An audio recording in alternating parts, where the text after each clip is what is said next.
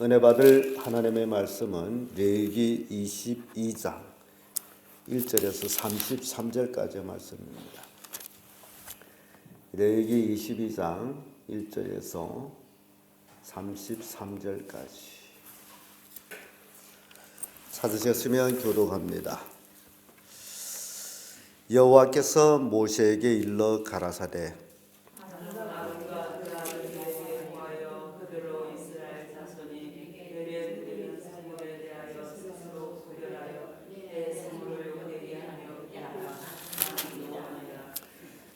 그들에게 이르라. 무릇 너의 대대 자손 중에 그 몸이 부정하고도 이스라엘 자손이 구별하여 여호와께 드리는 성물에 가까이 하는 자는 내 앞에서 끊어지리라. 나는 여호와니라. 아론의 자손 중 한 자나 출석이 있는 자는 전상의 전에 늘 성물을 먹지 말 것이요 실제로 먹인 자나 설정한 자나 무릇 사람을 부정하게 하는 벌레에게 접촉된 자나 무슨 부정이든지 사람을 더럽힐 만한 자에게 접촉된 자 이런 것이 접촉된 자는 전에까지 부정하니 몸을 물러쓰지 아니하면 성물을 먹지 못할지며 해질 때에야 정하리니 그 후에 성물을 먹을 것이라. 이는 자기의 응식이 됨이니라. 절로 죽으시나 불신이 죽인 것을 스스로 자기를 더럽히지 말라. 나는 여호와니라. 그들은 나의 명을 지킬 것이라. 그것을 욕되게 하며 그로 인하여 죄를 짓고 그 가운데서 죽을까 하노라. 나는 그들을 거룩하게 하는 여호와니라. 미국에는 성물을 먹지 못할 것이며 제사장의 계획이나 풍부는 다 성물을 먹지 못할 것이니라. 그러나 제사장이 돈으로 사람을 샀으면 그 자는 그것을 먹을 것이고 그 집에서 출생한 자도 그러하여 그들이 제사장의 식물을 먹을 것이며 제사장이 나라 외국인이 출가하였으면 그들이 성물을 먹지 못하니 그가 과부가 되었든지 이혼을 당하든지 자식 없이 친정에 돌아와서 어릴 때와 같으면 그는 그 아비의 음식을 먹을 것이나 외국인은 먹지 못할 것이니라. 사람이 부지 중 성물을 먹으면 그 성물에 그 어머니를 하여 제사장에게 드리리라. 이스라엘 자손이 여호와께 드리는 성물을 그들은 더럽히지 말지니라. 그들이 성물을 먹으면 그 지로 인하여 형벌을 받게 할 것이라. 나는 그들을 거룩하게 하는 여호와니라. 여호와께서 모세에게 일러 가라사대 아론과 그 아들들과 이스라엘 공동체를 구하라. 이스라엘 자손이나 그 중에 구하는 자가 수언제나 같은 제로 번제를 여호와께 예물로 드리려거든 연납되도록 소나 양이나 염소의 흠없는 수컷으로 드릴지니 무릇 있는 것을 너희는 드리지 말 것은 그것이 연락되지 못할 것이니라. 무릇 선한 것을 갚으려든지 자의로 예물을 드리려든지 하여 소나 양으로 화목제 희생을 여호와께 드리는 자는 연납되도록 아무 흠이 없는 온전한 것으로 할지니 눈먼 것이나 상한 것이나 지체에 의존할 것이나 종이 있는 것이나 별명이 있는 것이나 비름 부은 것을 너희는 여호와께 드리지 말며 단 위에 화제로 여호와께 드리지 말라. 우양의 지체가 더하거나 덜하거나 한 것은 너희가 낙헌 제물로 드리려니와 소원한 것을 가품으로 드리면 연납되지 못하리라. 너희는 것을 하였거나 치었거나 터졌거나 매일한 것은 여호와께 드리지 말며 너희 땅에서 이를 김치로 말지며 너희는 외방인에게서도 이런 것을 받아 너희 하나님이 식물로 드리지 말라. 이는 결점이 있고 흠이 있는 것인즉 너희를 위하여 연납되지 못할 것임이니라.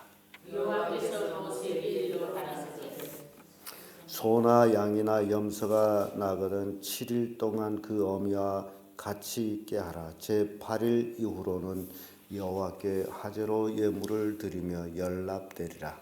아무서나 암양을 물어나고 어미하신 이를 동일하게 잡지 말지니라. 너희가 여호와께 감사 희생을 드리거든 너희가 연납되도록 드릴지며 그 제물은 한 개를 먹고 뒷날까지 먹지 말라. 나는 여호와니라.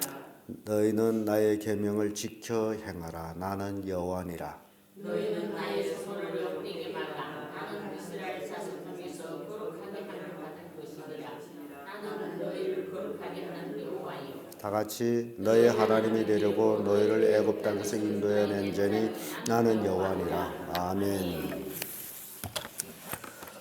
22장에는요 제사장들이 성별에 대해서 그들이 삶에 대해서 얘기하며 그리고 백성들이 하나님 앞에 낙헌제나 서원제를 드릴 때에 어떤 것을 드려야 되는지 그것을 말씀을 하면서 여기서 중요하게 우리에게 교훈하는 것은 여행 끝절 33절에 너의 하나님이 되려고 너희를 애굽 땅에서 인도해낸 자니 나는 여호와니라.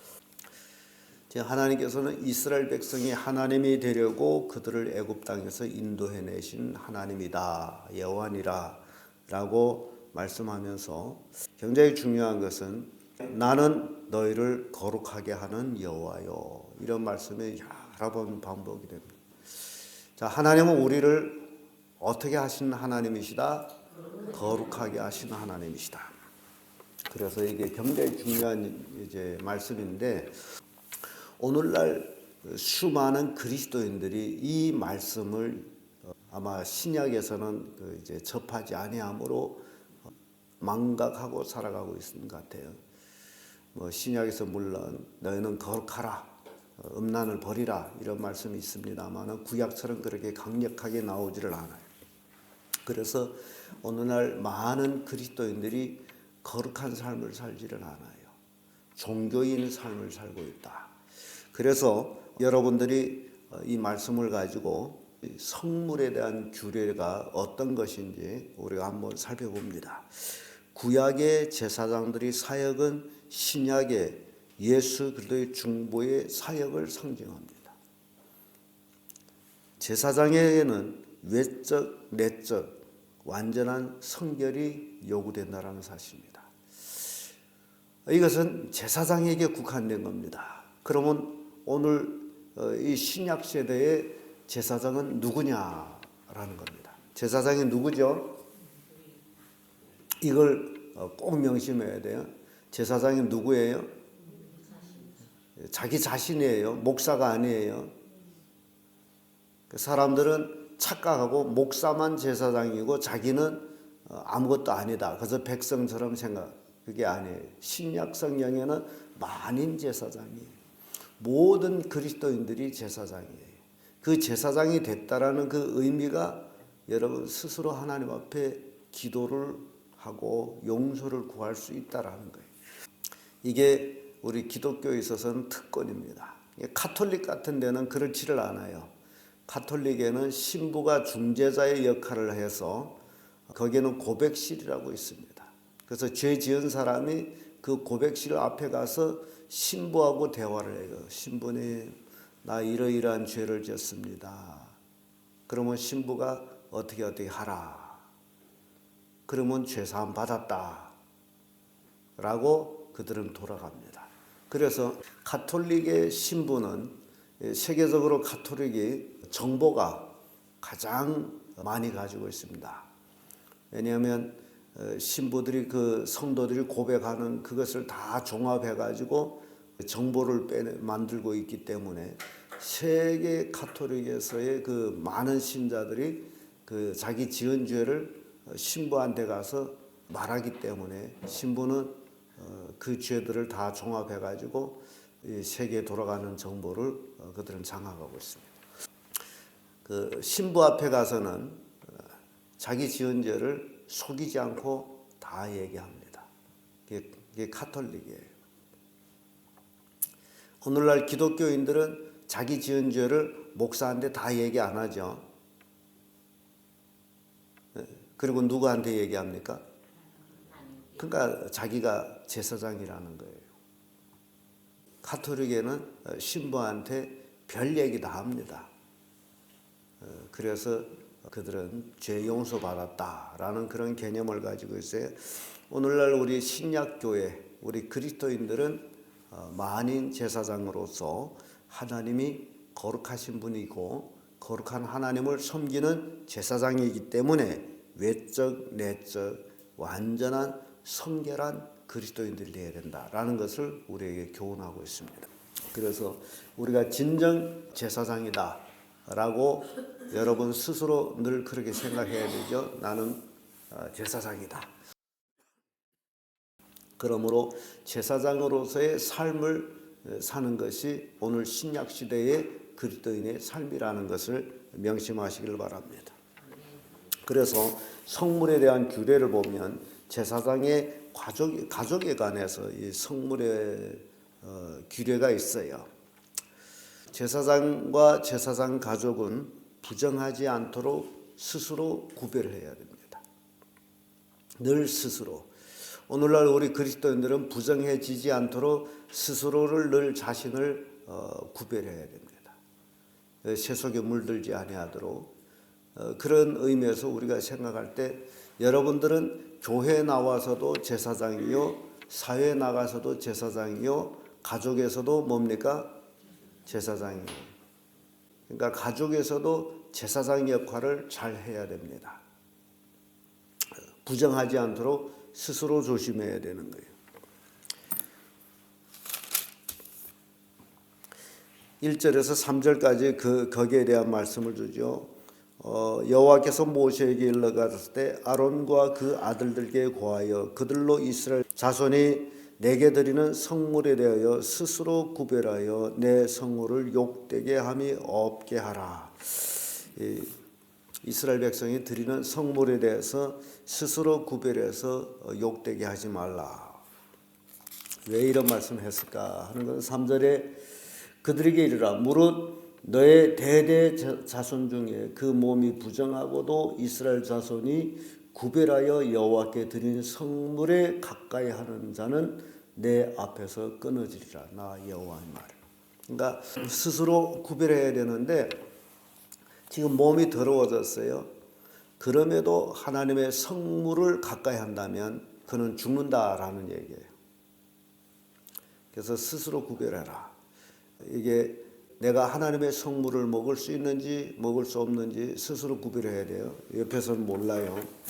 그래서 그 부정하지 않도록 스스로 조심해야 되는데 여기에 또 특별히 부정한 것, 이 아론의 자손들 중에는 문둥병, 유출병, 설정한 자, 부정한 벌레를 접촉한 자, 부정에 또 접촉된 자, 이런 자들은 성물을 먹지 말라. 그렇지 않으면 죽는다. 부정하게 된 자가 성물을 먹으면 죽는다. 그래서 아론의 자손일지라도 그것이 자기가 응당받을 음식이지만은 그러나 부정했으면 먹지 말라. 그게 하나님께서 아론의 자손에게 주는 경고예요. 먹으면 어떻다? 죽는다는 거죠. 그 다음에 성물을 먹지 못할 것들은 외국인, 그리고 제사장 집에 온 객, 품꾼, 이 세 종류의 사람은 음식을 먹을 수가 없어요.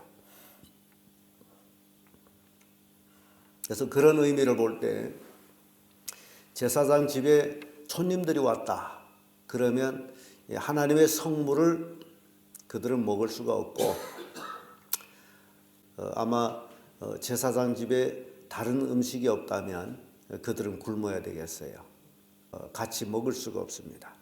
하나님의 성물은 제사장만 먹게 되어 있기 때문이다라는 것이죠. 그 다음에 그 제사장의 딸이 외국인한테 시집을 갔어요. 그러면 시집을 갔다 하게 되면 시집간 그것으로 인해서 딸은 그 음식을 먹을 수가 없어요. 그런데 뭐 과부가 됐다, 또 이혼당했다, 애가 없이 본가로 돌아왔다. 그러면 시집가기 전과 같이 그 제사장의 음식을 먹을 수 있다. 이게 이제 제사장 가족에 대한 규례예요. 그런데 부지 중에 성물을 먹었다. 모르고 성물을 먹었다. 먹고 났더니 이것이 성물이네 하게 되면 5분의 1을 더하여 갚아야 돼. 그래야 죄가 없어져요. 그래서 이 제사장의 그 음식은 이렇게 먹음에 대한 그 구별이 있습니다. 자, 그러니까 유대인들이 왜 이방인들과 같이 식사를 안 했는지를 여러분들은 이제 조금 이해를 할 겁니다. 이방인들과 같이 밥을 먹을 수가 없어요. 그들이 그 거룩성이 있기 때문에 부정한 자들과 같이 식탁에 앉을 수가 없습니다. 같이 앉았다면 같이 부정한 자가 되기 때문이에요. 그런 의미에서 볼 때 이제 지금 연말이 다가옵니다. 이 성탄절은요, 믿지 않는 자들이 더 들썩거리고 있어요. 아주 그들이 명절 분위기래 봤자 술 먹고 노래방 가는 겁니다만, 성탄절이 저희들하고 뭔 상관이 있는지 못 와서 성탄 축하하면서 축하 건배도 하고 그러는 모습 봐요. 이제 성탄절이 지나가고 새해가 오고 또 이제 설이 오고 이제 명절들이 옵니다. 그러면 여러분 가족에 불신자들도 이제 모여들고 함께 식탁을 하게 됩니다. 굉장히 이게 우리 제사장 입장에서 생각할 때에 이게 여러분들이 한번 내가 제사장이다 라는 입장에서 생각할 때에 이것을 어떻게 할까? 불신자들과 같이 그들을 술 먹으라고 술상을 차려주고 뭐 술을 떠다주고 뭐 안주를 만들어주고 그럴 것이냐? 이게 제사장이 할 일이냐? 아니면 당신네 먹을 것은 당신네 몫으로 그릴 것이냐? 이게 심각한 문제죠. 그래서 이게 제사장이라는 삶이 쉬운 삶이 아니라는 거예요. 예수 믿는 삶이 쉬운 삶이 아니라는 겁니다. 그러니까 종교인이 되지 말고 믿음의 사람이 되라. 이게 구별된 삶이에요. 하나님이 나는 너희를 거룩하게 하기 위한 여호와니라. 그렇게 말씀하는데 우리가 거룩해지지 못하면 그것이 되겠느냐라는 것이죠. 그래서 참 이 가족이 복음화가 되지 않는다라는 것은 아주 신앙생활 자체가 어렵습니다. 힘듭니다. 그래서 이 가족이라는 것이 다 복음화가 되도록 눈물 흘리며 기도해야 되고 생명 걸고 복음을 전해야 될 그 사명이 제사장에게 있어요. 왜냐하면 성경대로라면 같이 식탁에 앉을 수도 없는 그런 사람들이기 때문에. 베드로가 이방인 그리스도인들과 같이 식사를 하다가 유대인들이 왔어요. 유대인 그리스도인들이 왔어요. 그랬더니 베드로가 슬쩍 일어나 가지고 나가버려요. 그랬더니 베드로와 같이 앉아 식사하던 사람들도 눈치 힐끔힐끔 보면서 싹 나가버려요. 그 이방인들과 같이 밥 안 먹었다라는 걸 보여주려고. 그래서 나중에 바울이 베드로를 책망하죠. 왜 외식하냐. 여러분, 이 우리의 삶이라는 게 굉장히 이 신앙의 삶은 심각합니다. 실은 온 가족이 믿음 안에 있으면 참 편해요. 그런데 믿지 않는 사람이 있으면 참 어려워집니다. 여러분들이 알아서 지혜롭게 제사장으로서의 직분을 잘 감당해야 됩니다. 왜냐하면 제사장 집에 온 객이나 외국이나 품꾼이나 제사장 음식을 먹을 수 없다라고 다 기록하고 있기 때문이에요. 자, 그 다음에 제물에 관한 것들입니다. 여기 낙헌제나 소원제에 관해서 말씀을 주고 있는데 이게 낙헌제나 소원제는 드리는 사람이 하나님께 연락되도록 드려라라는 말씀이 나와요. 그러니까 제물을 드리되 하나님 앞에 연락되도록 드려야 되는데 하나님 앞에 연락되도록 드리는 제물은 반드시 흠이 없어요. 가장 좋은 것이어야 된다. 하나님께 드려지는 것은 가장 좋은 것을 드려야 된다. 흠이 있는 것은 절대 하나님 앞에 연락되지 않는다. 드리고도 손해보는 거예요. 흠이 있는 것.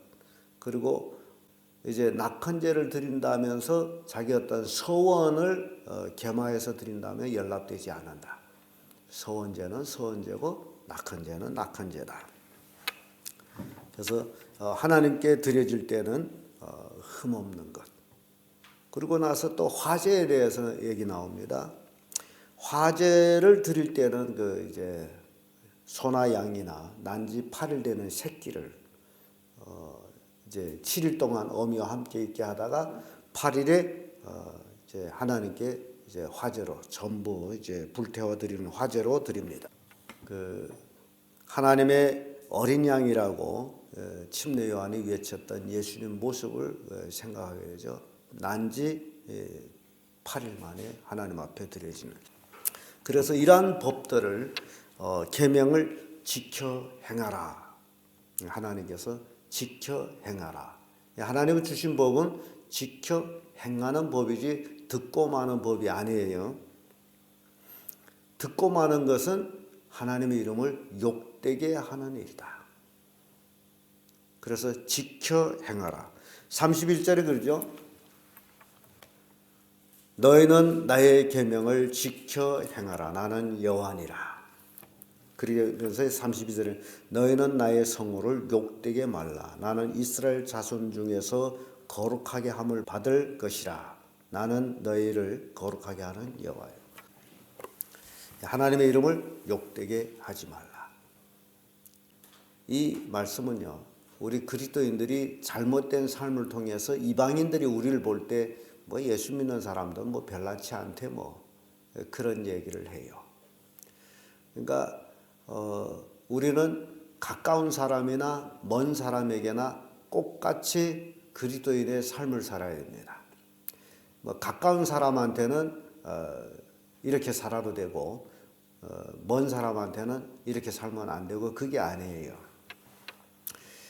여러분들이 주변에 가장 가까운 사람에게 여러분들은 그리스도인의 삶을 보여줘야 됩니다. 왜 이러냐 하게 되면 가까울 때는 그래 뭐 내가 다 이해하지 뭐 그런 사람인데 뭐 그렇게 얘기하지만은 돌아서서는 아이고 예수 믿는 게 다 거짓말이야. 그렇게 얘기합니다. 그거 아셔야 돼요. 그러니까 여러분들이 하나님의 이름을 욕되게 하는 거예요.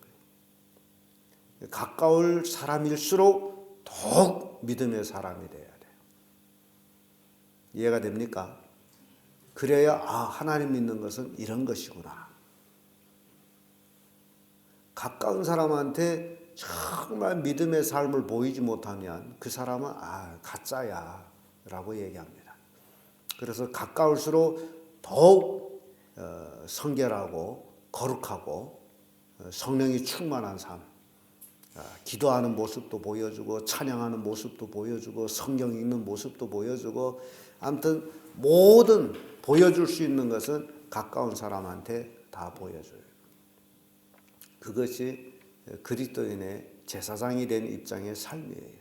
그것이 안 되면 절대로 그 사람을 예수 못 믿게 합니다.